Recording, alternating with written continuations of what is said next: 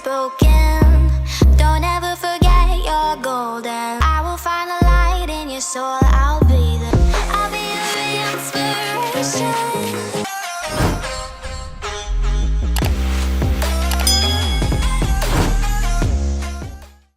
Magandang araw Pilipinas, subadawasak wewa Sri Lanka. Hello world, good day, good day, good day. Today, Suddi Akka is in the housewife mode. At dahil housewife tayo today, it's because I'm in a housewife mode. I have to prepare lunch for my husband because remember, the perfect way to a man's heart is through his stomach. So, I'm going to prepare my husband's favorite, which is the chicken spring roll.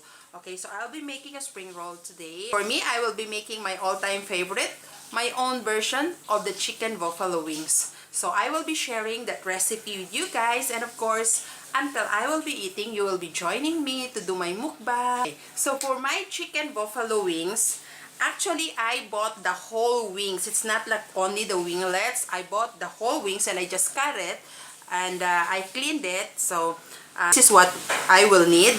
This is all the chicken wings because I love the bony part of the chicken.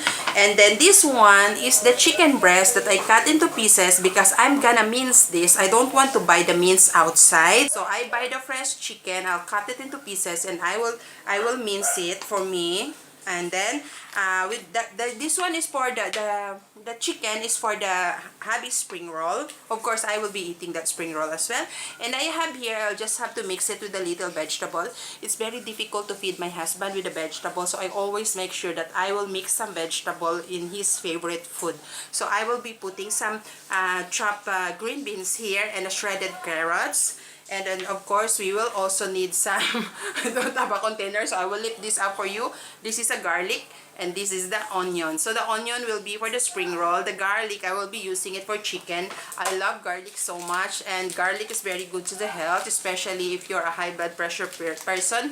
Thanks God that I'm not like that, but my husband is taking pills for the high blood, so I always make sure that every food that he's gonna eat, there's always a lot of garlic in it, and he loves it also, so I'm fine with it. Of course, I will have here also a spring roll wrapper. Okay, so there's a spring roll wrapper, a big one that normally I have to cut it into half, but I'm lucky I find this one in a one shop here in Sri Lanka. So it's already a quarter size, so I'm just gonna wrap it. You can use it also for samosas and even for the what you call this, the shomai, or the, I don't know what they call this in English, like a dumplings. But normally, because normally I am the one who's making my own wrapper for my dumplings, but I never tried using this one. But this one I just keep it for the spring roll.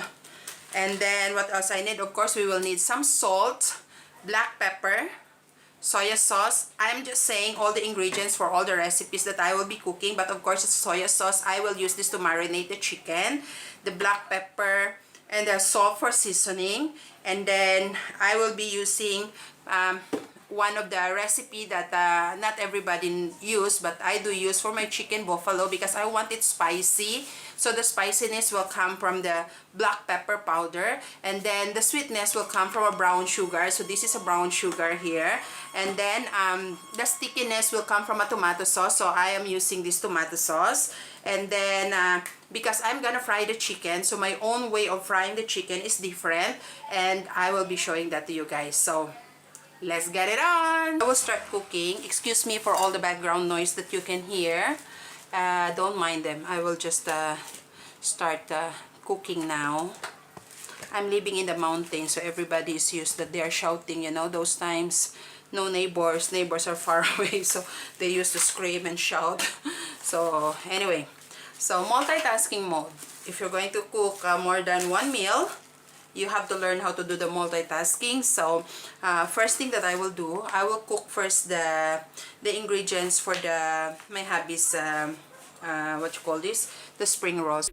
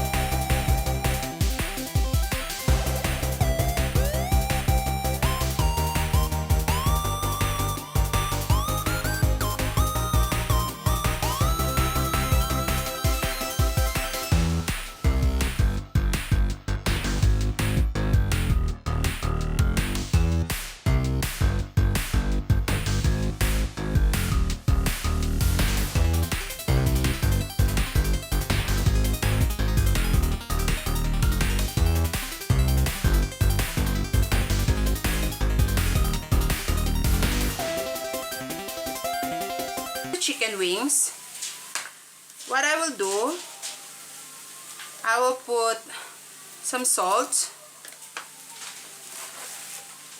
Okay, salt there. And then pepper, I will put little first because it's just to marinate.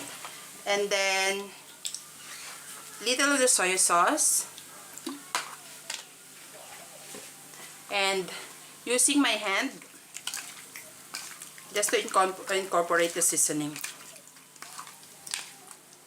Okay, and after this, I will just keep this aside for a while. So while you waiting for that to marinate, I will be wrapping the rolls. I'm gonna start to wrap the rolls. So I have there the spring roll wrapper. It's okay to open it, to leave it like that. And what I'm doing actually is after I finish using, because there's a lot of pieces there, what I'm going to do is, you just have to make sure that it's fully wrapped, like fully wrapped in the bag, and then put it back inside the freezer. I actually keep it in the freezer, and I will leave it outside if I need it, just to defrost a little. So you see there will be a chunks there, but that's fine. Yeah. And of course, you have to make sure that your hand is clean. You fold it side and another side and just roll it like that. Actually, if it's vegetable, and I'm putting a little bit of water there. I mean, like, you don't have to make it perfect. It's homemade. It's just for me. It's not for business. But of course, you can make more better if you want to sell it. But this is just for my husband. So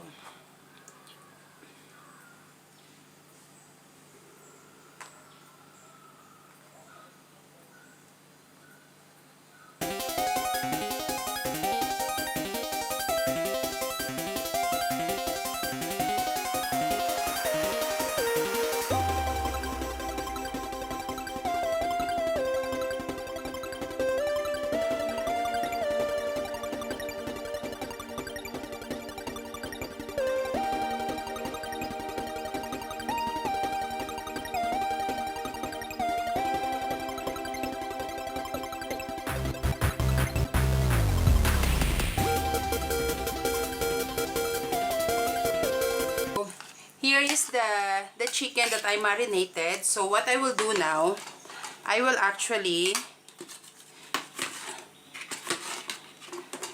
fry the chicken first. I will fry the chicken. So I have here a plain flour. This is what I used to do with the chicken. If I will fry, I'll put a little bit of flour. You don't have to bake it with the flour. Just, you know, just put a little bit of flour. So to add crispiness, and second thing, the skin will not burn. So I put the butter. I didn't notice that it was not recording before. I put the butter and then the garlic, and then I put the black pepper, the salt, the soy sauce. I pour a little bit of water. So chopped garlic, butter, toast the chopped garlic, put back the chicken, the fried chicken, and then salt, a lot of black pepper because I want it spicy. So if you don't like it spicy, you can adjust from the black pepper. I put some soy sauce. I put some tomato sauce, and now I'm adding the brown sugar. This will add a stickiness, and then it will be like adjust the spiciness and the saltiness. I love it that way. So that's it. So we will wait for this to cook. Okay, so that's ready. We will just let it cook a little. The reason I add some water to cook the chicken nicely because it is slightly fried chicken. So this is the finished product of our chicken buffalo wings.